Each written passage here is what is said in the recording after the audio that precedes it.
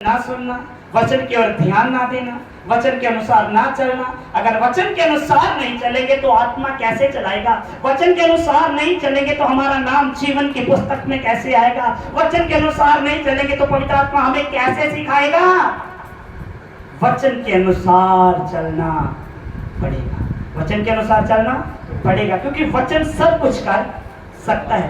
वचन में सामर्थ है, वचन में बोलिए, वचन में सामर्थ है।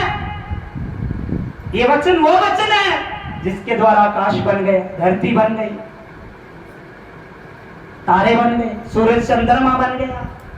अरे अगर वचन से इतना कुछ हो सकता है तो क्या तुम्हारे लिए उस वचन के द्वारा कुछ नहीं होगा? प्रभु सब करेगा, लेकिन हमें क्या करना पड़ेगा? विश्वास। क्या करना पड़ेगा? विश्वास। उसकी आज्ञा में रहना पड़ेगा।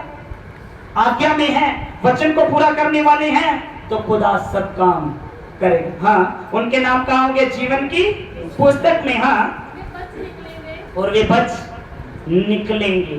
क्या होगा? वो बच निकलेंगे जिनके नाम कहाँ होंगे? जीवन की पुस्तक में। इसीलिए हमारा नाम जीवन की पुस्तक में होना बहुत जरूरी है। क्या है? बहुत जरूरी है। इसके बाद आए प्रकाशित 7 की 17 तक पढ़ेंगे, इसको 17 पूरा पढ़ेंगे।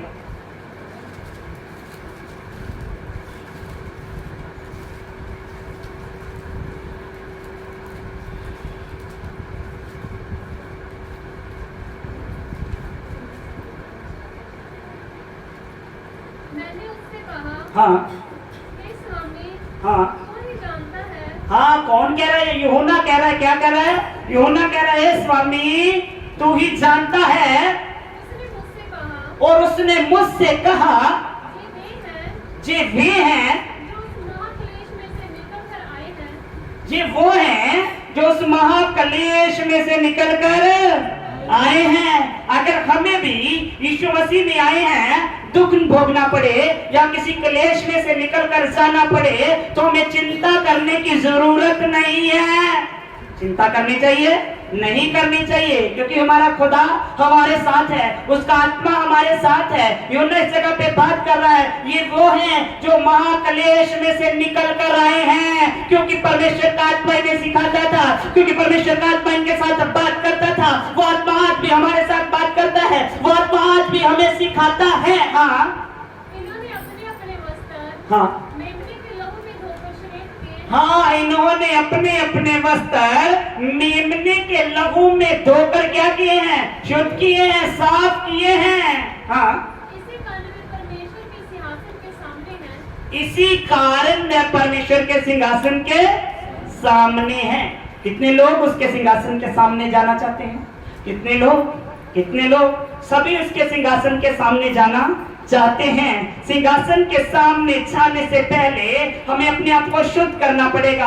हमारे जीवन में कोई कमी नहीं होनी चाहिए, हमारे जीवन में कोई गुनाह नहीं होना चाहिए। वो उन लोगों को ग्रहण करता है जिनके जीवन में पाप नहीं है, जो लोग उसके लहू के द्वारा धुल चुके हैं, जो लोग यीशु मसीह के लहू के द्वारा धुल चुके हैं। उसके लहू ने हम सबको क्या किया है? शुद्ध किया। क्या किया? उसने हमें शुद्ध किया। किससे? हमारे पापों से। किससे? हमारे पापों से। हमारे पापों को उसने क्या किया? क्षमा किया, और हम किस योग्य बन गए? परमेश्वर के सिंहासन के सामने जाने के योग्य बन गए हैं। अगर हम इस बात को सोचते हैं, इस बात को समझ चुके हैं कि मैं परमेश्वर के सिंहासन के सामने जाने वाला बन चुका हूँ, मैं परमेश्वर के सिंहासन के सामने जाने वाली बन चुकी हूँ, मेरे जीवन में कोई कमी नहीं है, मेरे जीवन में कोई गुनाह नहीं है, मैं कोई गुनाह नहीं करूंगा, मैं ऐसा कोई भी कार्य नहीं करूंगा, मैं ऐसा कोई भी कार्य नहीं करूंगी जो मुझे परमेश्वर के सिंहासन के सामने से दूर लेके जाए, जो मुझे परमेश्वर के राज्य में से बाहर लेके जाए। हर एक ऐसी बात को मैं अपने जीवन में से निकालता हूँ, हर एक ऐसी बात को मैं अपने जीवन में से निकालती हूँ। प्रभु आपका आत्मा मेरे जीवन में कार्य करे, आपका आत्मा मुझे चलाए। अगर आपका आत्मा मुझे चलाता है तो एक दिन मैं आपके सिंहासन के सामने, आपके सामने खड़ा हो सकता हूँ, खड़ी हो सकती हूँ। अगर पवित्र आत्मा जीवन में है तो हम पवित्रता से चल सकते हैं। अगर पवित्र आत्मा हमें चलाता